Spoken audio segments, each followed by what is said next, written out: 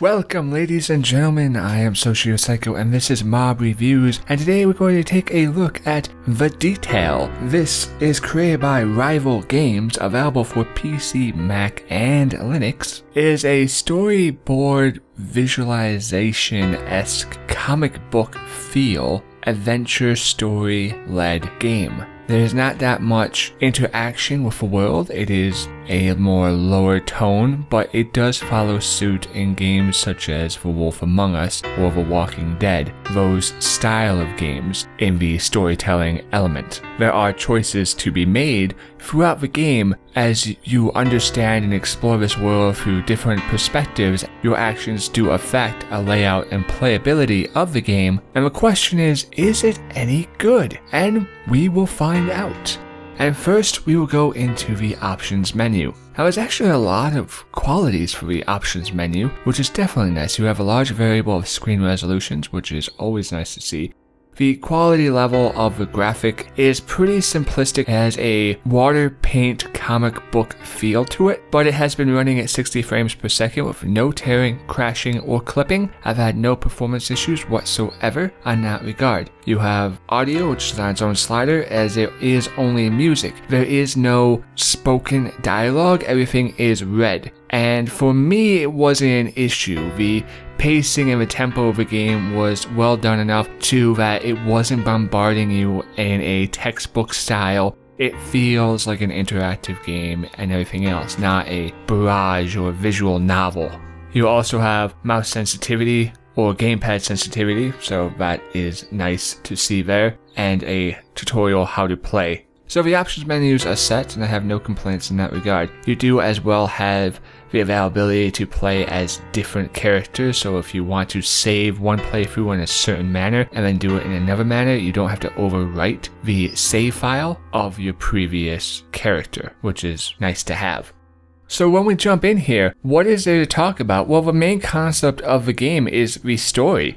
There's not a lot to talk about when it comes to it. The one and most important piece is the fact that this is episode 1, and there are, I believe, 4 or 5 episodes that will be coming out. And there's a couple things to take note. For if you buy the first episode, and then you buy the second episode later on when it pops out, it will sync up and unlock in-game, so your Steam library will not be getting cluttered with the same game. Episode 2, Episode 3, it will all sync up and you'll have the access to the next ones. Because you can get through episode 1 in about an hour and a half, and it does have some replayability. You might try to get more achievements, you might want to play a different style and see different dialogue options, but the bulk of the options of the dialogue is going to be the same through the second playthrough. It's that small choice switch dialogue options that you make which may be different. So 80% of the dialogue will be the same, so you skip through most of that in your second replay just to see a few other choices which you haven't. It's not something that is going to drive you in a, oh my goodness, I need to replay again and again to see what happens, and more of a slight curiosity or perhaps an achievement hunter aspect. The story is well written. It does have a strong sense of atmosphere. It has a, we know what's going on, there's a sort of climactic element, things can get really hectic, your choices do have consequences, and the world does propel forward based on what you do. Those are all very good qualities to have. It's reactive to what you're looking for, it tells a good story, it draws you in, there's not too much reading so it doesn't bombard you, there's plenty of pretty pictures to mix it up in between, and it gives you enough of little choices in between to really make you feel like your path is your path. The main character that you play as is a detective trying to solve murder cases and take an understanding of some of the hardships of working the beat, dealing with murder cases and having to talk to child molesters and other variable scumbags, as well as the shit really hitting the fan later on in the game. At the end of the day, yeah, it has a great atmosphere, it tells an interactive story, but my two issues are that one, the music in the game doesn't change. It continues to stay the same as maybe 1 or 2 song repeat tracks. It doesn't escalate. It doesn't increase and add to a suspension or the tension or the adrenaline of the situation that's currently happening.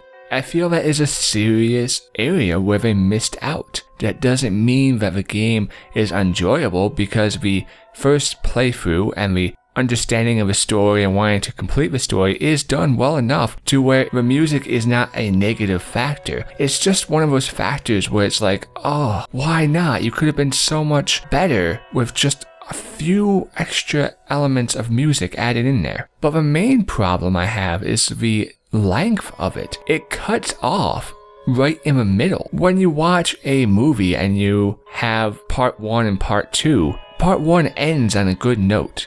And you're like, oh wow, I got some closure, and there was a conclusion of events, and then part 2 of a movie picks up with a new threat or some epic event of what's going to happen. What happens here is that when it ends, it kind of leaves it right in the middle, and you're like, wait, I want to know what happens. And unfortunately, it's not the I want to know what happens, let me throw more money at the screen to buy the next episode because the next episode's not out right now. It's, why did you stop it here? Because I have no closure. I have no finalization. And that is a mistake that this game holds pretty dear. And when you look at games like The Wolf Among Us and they break that up by chapters, once you complete a chapter, you have some sort of conclusion. It rounds what you've done up, and you're like, okay, I've made it this far, or I've gotten this far, and you don't mind waiting for the next episode. Where here, the lead off is just poorly done. Now, that doesn't mean that the game's bad,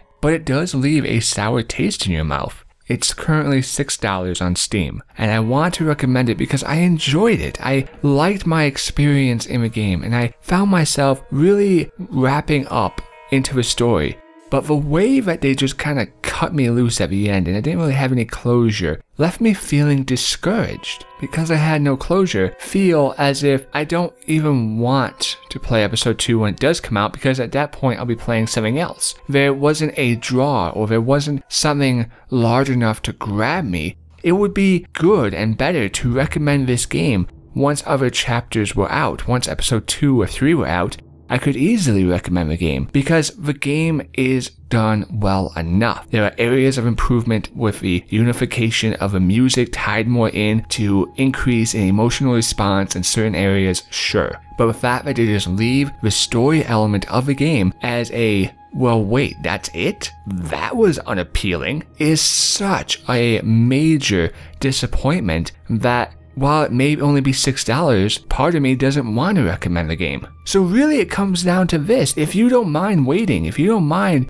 taking one chapter at a time, then yes, this game is good enough to entertain you for an hour and a half for the price range. But if you can't stand waiting for seasons or episodes that are split up and you want to have it all at once, then it's just going to leave a sour taste in your mouth. It's an unfinished project. Thank you, ladies and gentlemen, for listening. For I've been Social Psycho, and this has been Mob Reviews, and I'll see you next time.